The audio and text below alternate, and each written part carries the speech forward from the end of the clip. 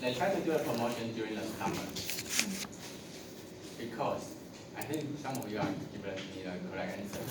During the summer, they have the high sales opportunity, and also lots of competitors will try to bring a different promotion strategy.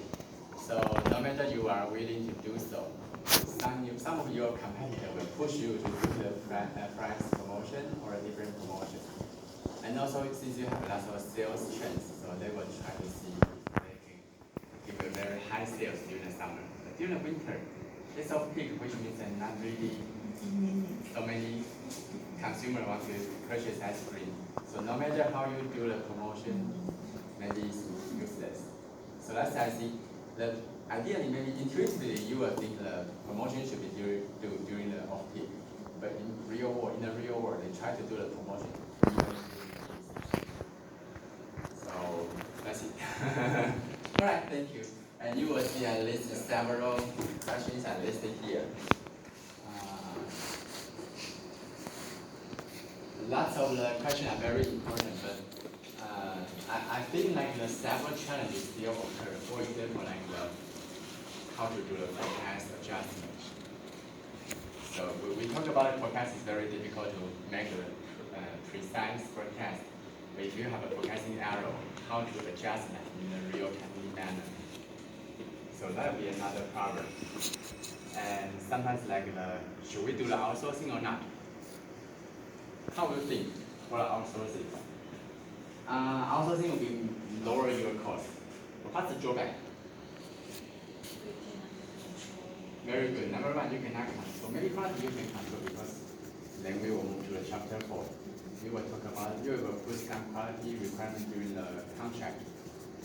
But another drawback is number one, you cannot control. For example, like you are really eager to have your material, your items, but they haven't finished. Yeah, so if you have your own factory assembly line, maybe you can push yourself. Number two, maybe you will lose the power to control the whole supply chain. So which means that if you can produce at least some of yourself, if you can still know some technology and mathematical improvement. But if you just always outsourcing, and one day you will right behind the whole industry. And number three is for the whole country national-wide viewpoints. If every company try to use outsourcing, which means the job opportunity will keep decreasing. So recently, if you look at the United States or you look at other countries, they try to claim the manufacturers should go back. So actually, tomorrow I will share another statistic that's from the United States. They have one index talk about how manufacturing factory perform in the United States, and the index number is dramatically decreasing this year, similar to the 2008 to 2010 financial crisis. So they want to focus on this problem. Anyway, lots of problems we usually share in the whole supply chain system. Okay, lots of questions I mentioned. Like sometimes it depends on how very urgent will be your product. As far as I know, like the iPhone or iPad always transportation from the air transportation because they are high value product. For ice cream, they even go maritime. Spend 1 or 2 months or 3 months. Okay, and rebalance inventory is how we told on this chapter. So I try to list several things and how you evaluate them from network design, inventory position, and resource allocation. So this is how we taught on the first 3 chapters. So chapter 2, we talked about inventory management. We just finished network design. And all of these, we try to do the balance between the resource allocation. Okay, I try to list it here.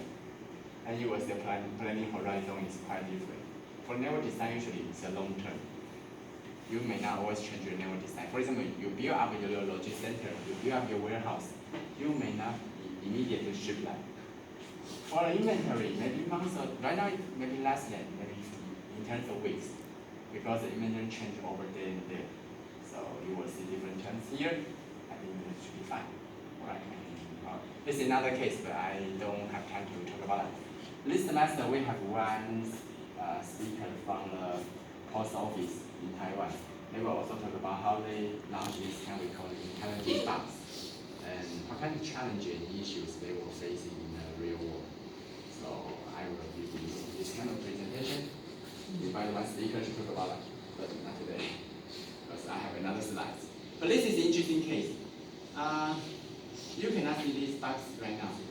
Around 2 years ago, they launched all these boxes are in the Taipei Metro System station. You can see a lot of them. And right now, switch to another one we call a cake company. Yeah, quite different. But 2 years ago, they launched this. They can do the cold chain product in this box, which means you can shopping online when you are in the office, and when you finish your work, you want to go back home. You leave out the metro station, you just grab your items back. Maybe some fish here or some others. But they have something wrong, so eventually they close, terminate this service. And sometimes we go to run this case, but not today. Just want to mention. Alright, so any question, comments? Please. Because it is more of the service stock cost. Yes? Does it only came from the price of the goods, or we also count the energy cost or the labor cost? Second term. We will count like the number one, the nominal price, which means like the original price. Original. When I say original, it's because like when you finish this end product, if they sell out, maybe they can sell certain money. But since they are inventory, if they cannot be sold out, what will happen? After 1 year, after 2 years, the price will keep decreasing until the. Okay, this is number one, so we will check the nominal price. Some people try to call it listed price. Okay. So listed price means the original price you see in the market. And the real price is the current value. So that's number one cost, so the cost will increase. Increase if you cannot sell out. Number three is the storage cost. Some items you need to spend, you need to find a space, so you need to rent a warehouse. And some maybe need to sound like the air conditioner or to maintain their temperature or maintain their weight degree. So you need to spend extra money. So that's it. Okay. But the most of course came from here. So originally it's still some high value. But if you cannot sell out very significantly, the price will become zero, and you will have a big loss. So which means you prepare as many as 50 stock. If you cannot sell out or turn it over, then you will face another loss. It's a big money. I can check. I talked with several different industries. This will be a big issue. So most of the company even doesn't want to put any safety stock. Everyone want to pursue a just in time, which means zero stock, because they don't need to face this kind of value. And this will cause another issue we call a slow move.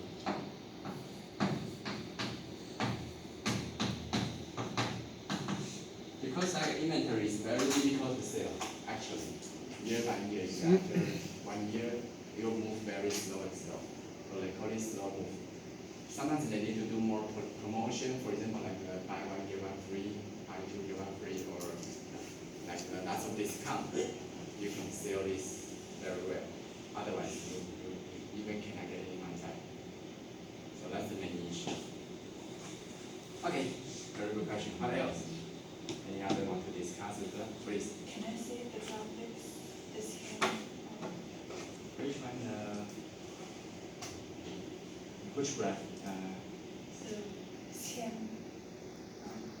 Look, About the 7 costs. The product, the line from bottom line and upstream. okay, I need to download that slides maybe later because I close maybe next. Okay, I will show you because I just closed that slides. I need to go back to the campus system. Okay, I will show you on the as well. All right, so any other question about the previous slides? If not, please. Can you to slide 37? This slide or next previous slide? Previous. Oh, okay. Let me download again. Since we have a question here, okay, thank you. As I just turning it up.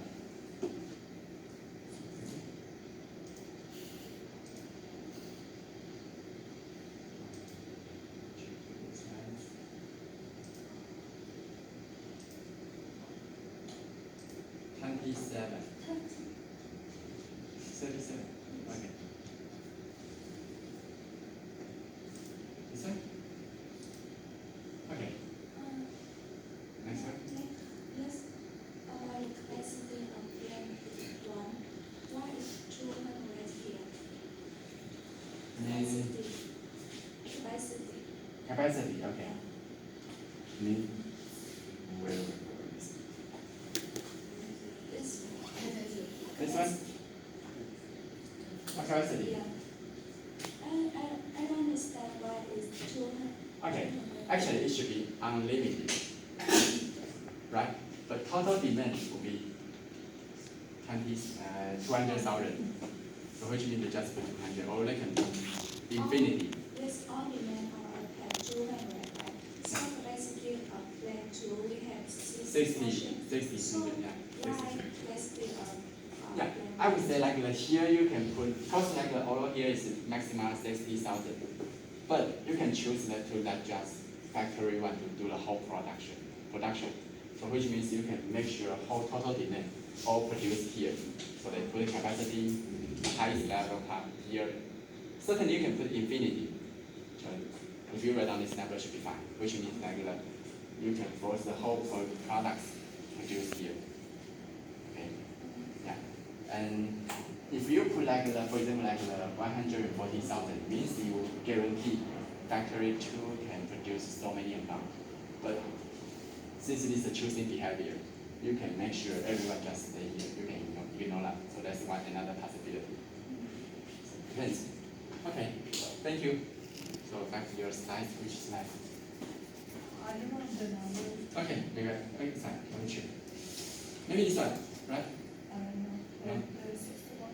61? This one? Let me check. The scan,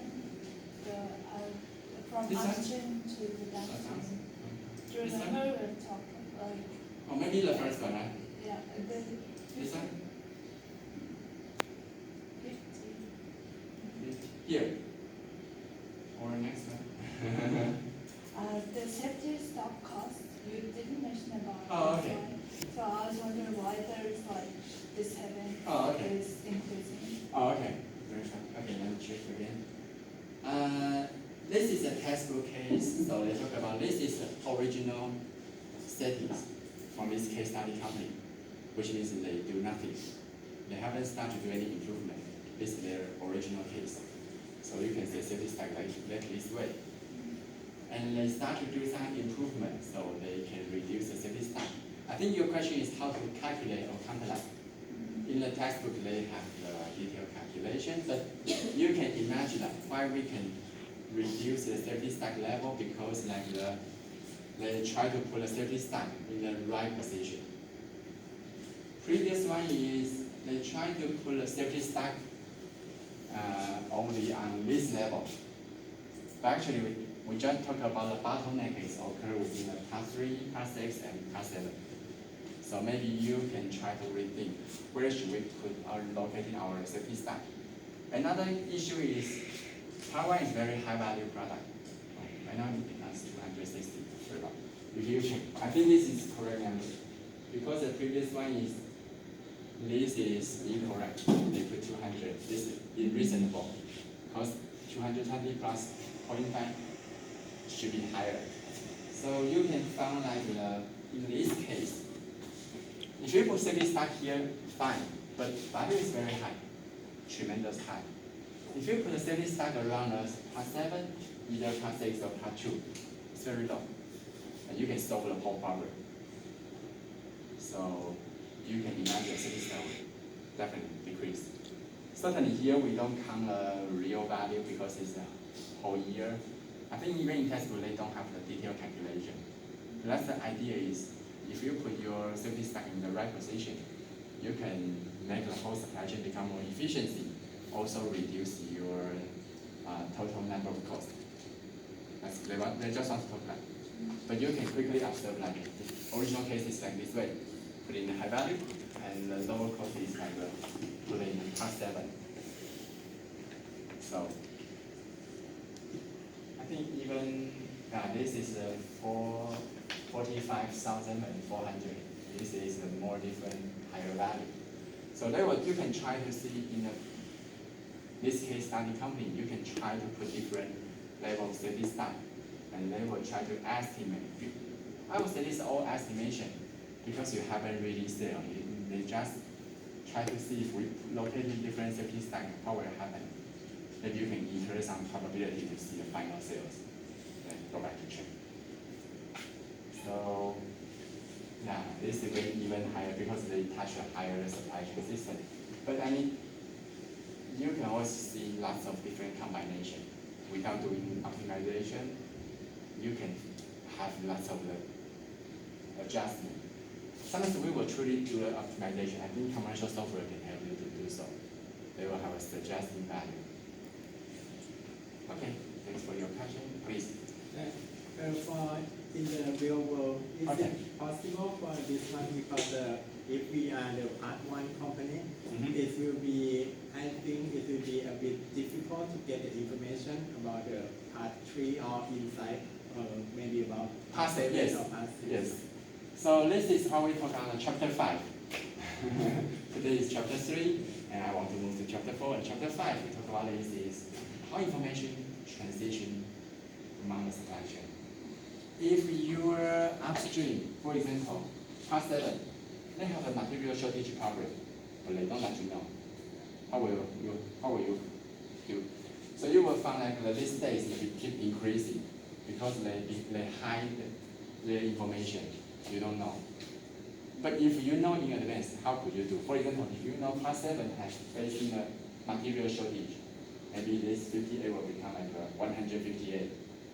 Then what could you do? It is possible to change strategy. Look for another alternative. Very good.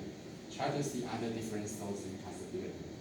So chapter 4, at the end of chapter 4, we told one strategy is called try to see the star market. We call star market, try to look at the entire market. How many other possible raw material provider, supplier could be give you like a different material or different parts. So that's the real world. Because you cannot only rely on a single sourcing. Although previously we talked about if you have a very good relationship with one single supplier, they can fully support of you. Unfortunately, if you only rely on one supplier, if he has problem, then you will die. So multiple sourcing or single sourcing versus multiple sourcing or hybrid will be the current situation. And right now, most of the companies try to use dual sourcing, which means only at least maintain 2. You have a backup. Okay? All right, so any other question? Please. Do you know what kind of software that we use to analyze this kind of situation? I know 1 or 2, but depends on different companies. And I will check. Okay, but 1 year my students, they came back to share some work experience with the school junior. They give a 1-hour presentation to show how to look at this software. And sometimes we talk about the BOM, B-O-M. I don't talk to this course because I believe in Professor Huang's course, he will do more. Some software will tell you how to look at this, which means how materials go through the whole supply chain. And that software will show you the whole details. You see some signs, but I would say like I can try to find out the name for the software. You can learn it by yourself. But most of my students learn it when they start work for the company. Well, I don't can work with this. Arena could do, but which means Arena is another simulation software I introduced to them last semester.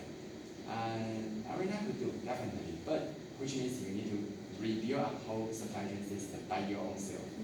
But right now, most of the commercial software, most of the company has already used them. So in my case, maybe just join the plan. very few of my students like you try to reshape whole system for a whole company. I would suggest if you are just entry-level management manager, maybe don't do that. Because not everyone like to change a new system. They have to really get used to the old system. But if you become a very high-level manager, you start your new company, then you can do so. To create your own system. November 8, one of my previous students will be back to share. He just initiated his new company. Start from last year. It's a good chance for him to launch a new system because everything he can decide by himself. Yeah, that would be a good chance. But I would say most of the famous big companies, they already have the old system. Because some companies software sell their package everywhere. So let's say we use the software and the commercial software. Yes. Except Arena. It means that the software is connected to the other supplier software. Yes. Oh. Yeah, they have other package like the so far as I know like they have the let me check again. I need to check again. I remember one or two famous one they computer game in Taiwan. They sell the database system and they connect together and try to see if you can adapt with that. But Arena can do so. So especially for this case, I think Arena can do very well. You can design how to manage that and adjust, and give them some probability to how they occur. But most other students may not learn Arena. I think in this whole classroom, maybe less than 5. Maybe Leon and Lori learned Arena before, but all others have. So that's another my course. We have Arena SCM. That's okay. What else? Okay, thanks for your feedback. Just feel free to discuss. We are in a hurry, but not in a hurry. So we still have a little bit time to talk about some details. And then we move to chapter 4. I think it's also very important, but I would want to remind you. This whole chapter I will introduce 10 different kinds of the contract in textbook. But I would say in the real world, more complicated than this 10 types. This 10 is very fundamental. But in the real world, they try to mix up them because you will find that some of them have some drawback. But these 10 are very fundamental. So today I will try to introduce some of them for you. Before that, maybe you will be interested in why we need to know this. So later I will try to let you know how much do we need to cover the supply contract.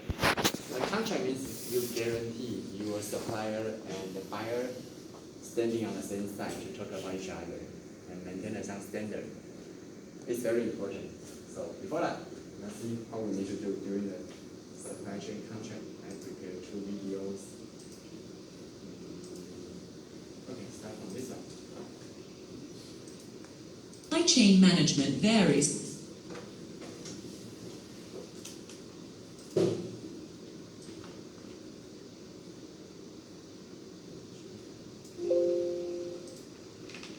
from business to business. One effective structure used by many companies is the Porter Integrated Supply Chain, also known as the value chain. Sorry about that. Michael Porter, how many of you know this name? No? Okay. He is a very famous scholar in the management field. And I think most he's like the famous is we call 5 different power analysis. So in the Michael Porter, and he developed value chain. The value chain is similar to a supply chain, but the first class of this semester, I told you like if I can choose one word to well represent the whole supply chain management, I will choose the one word is the value added. Whole supply chain is doing the value added from the raw material, very low value, to the end product like an iPhone, become very high value. So whole supply chain try to do the value added process. So some people like the Michael Porter, they try to say this kind of like called the value chain.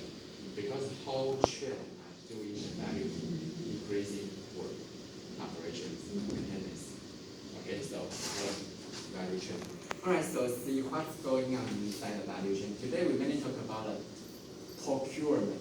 Several words will be similar together. You write down that. For some people. Okay, so this schedule, hopefully everyone are clear with that. No class next week and the following another week. Okay, these two. And this one scheduled to December 6th. Hopefully we can have a joyful trip this year. But again, some students attend our trip last year in Kaohsiung. I would say last year is very high standard level. Don't expect too much because this year I'm worried about that because some of you experienced very happy trip last year. It's very high value, I would say. This year back to normal. Okay. Several terms you will find talk about a very similar thing. Here we call it procurement. Some people talk about sourcing. Some people talk about purchasing.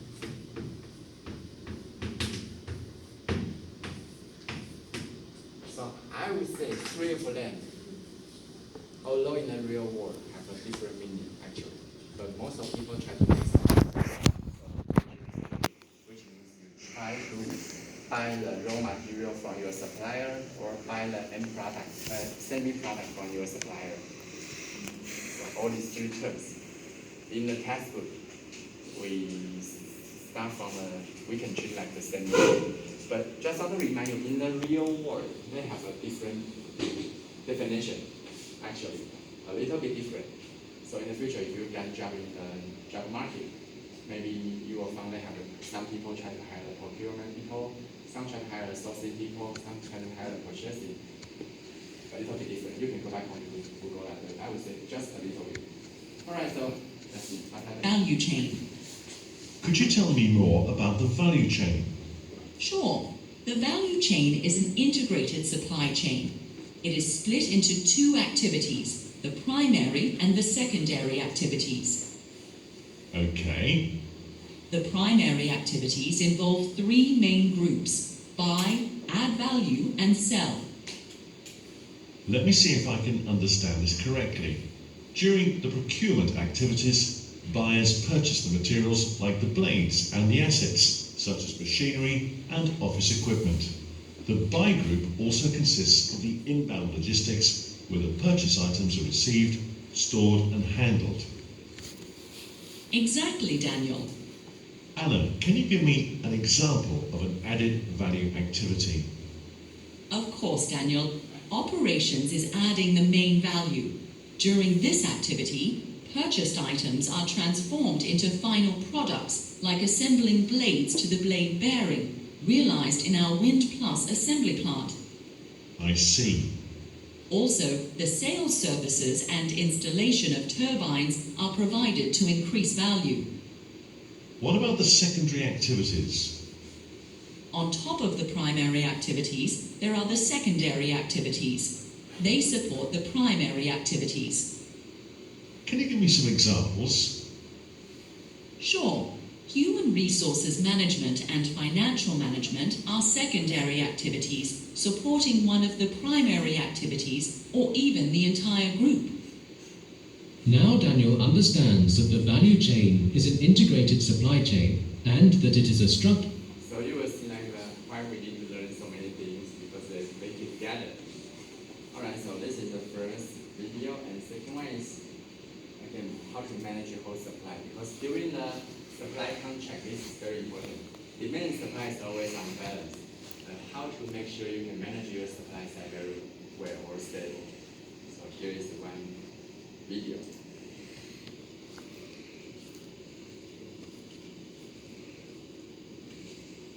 When I was a little boy, I remember a commercial that tried to instill in kids the virtues of eating good foods. You may have seen it before. You are what you eat, from your head down to your feet. Things like meat and fish and eggs you need to build up muscle tissue. The song commercial went into more depth, of course, but the essence of the message is right there in the first line. You are what you eat. I like to say that supply chains are the bones and muscles of an organization. So, Like our own bodies, companies need to care for their muscles and bones by providing them with healthy nutrients. For you and me, those nutrients come in the form of foods and drinks. But what do you feed the supply chain? You guessed it. To have a healthy supply chain, you need healthy supplies. Here's the fun part, time to talk shopping. To remain consistent, efficient, and effective, supply chains need to buy high-quality materials and services. At companies, purchasing executives are essentially the company shoppers. They buy those materials and services. But in a lot of ways, we act as purchasing executives for our own lives, which means we've probably developed some purchasing skills of our own. Think about all the different types of purchases you'll likely make in your lifetime. Basic tangible requirements, basic intangible services, purchases that require a significant amount of thought, purchases of professional services, contractual purchases, and of course, we make some purchases that are a lot less complicated and just plain fun. Now let's suppose you decided to outsource your purchasing to someone else. How would you feel if these folks made all your purchases? I'm not sure we'd like that. But suppose you did have other people making purchases for you. As a customer, would you want them to buy you only the cheapest available items? Looks like they bought the cheapest parts for that car. You get the point. A purchasing department's consideration should go well beyond cost to things like quality, delivery speed, and supplier flexibility. Look, low cost is important, but many other issues often need to be addressed before cost is considered. Purchasing at the corporate level is complex. Companies buy in large quantities from a varied selection of suppliers, and many of the suppliers may be located far away. That's why purchasing decisions are rarely made by a single individual. And those procurement specialists need to have excellent relationship, negotiation, and analytical skills. The success of the company and the satisfaction of your customers depend on it. Buying supplies and services is only the first step in the supply chain. But if you feed your supply chain garbage, it's tough to manufacture top products and services for your customers. So, what have we learned? You are what you eat. You are what you negotiate. You are who you buy from. But more than that, you are dependent on your executives to understand the complex nature of corporate purchasing. And in the end, we once again find you're dependent on supply chain management. I mean, the management of the chain of supplies. Okay, so I think it's like the very quickly to let you know. So you will find like some people like to think about the procurement like the price comparison. So it's not true. Like now always pursue the low cost items. Low cost means the quality may be very low, or that maybe I would not say definitely, but you can imagine if you try to assemble a whole car with a very low cost cars. Maybe you give a very low price vehicles, but then you are targeted to certain customer. So some customer may not really like that. They want a high quality. So I would say purchasing is very difficult actually.